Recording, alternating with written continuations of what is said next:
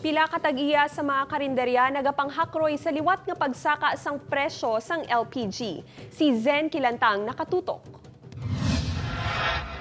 Maobserbahan ang wala untat nga pagsaka sang presyo sang gasolina halin pa sang tinalikdan nga mga semana. Epektibo kaina sang aga nagsaka sang 1 peso and 15 centavos ang gasolina. Halin sa 60 pesos and 55 centavos, subong 61 pesos and 70 centavos na ang presyo. Samtang ang presyo naman sang LPG nagtimbuok sang 33 pesos. Nagalalain naman ang mga tag-iya sang karinderya bangod sang saka presyo. Ganyang iban wala na lang nagausar sang LPG para hindi mapierde sa negosyo. Kanya-kanya naman nga diskarte ang mga negosyante. Kay kung mag-LPG ka mama, sa laga, magasto, mahal daan subong ang gasol, di ba?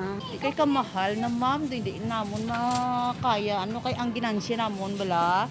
Gamay lang. Di ka mag-LPG pa kami ang ginansya namon, dira na lang yung masulod. Nagnubo naman ang presyo sang diesel sa 35 sentimos sa diinyara na lang sa 49 pesos and 35 centavos. Samtang ang presyo sang kerosene nagnubo sa 30 sentimos. Nagabili na ini sa 46 pesos and 96 centavos. Upod kay Romel Porquia, Zen Kilantang, One Western Visayas.